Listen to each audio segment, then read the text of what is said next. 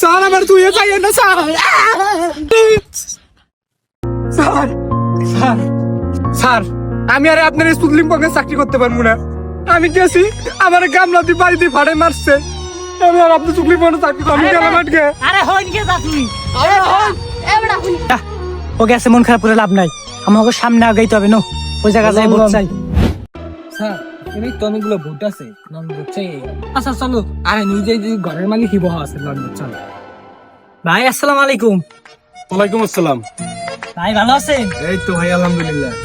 ভাই এবার মাথার উপরে একা শুনে আমি দাঁড়াইছি, ভোটটা এবার আমারই দেবেন। আপনারা যে ভোট দিমু আপনার কি যোগ্যতা আছে?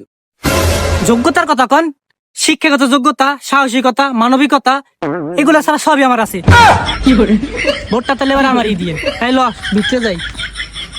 1 hour later.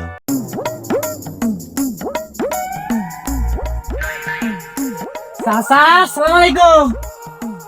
ওয়ালাইকুম সালাম। তোমরা কারা?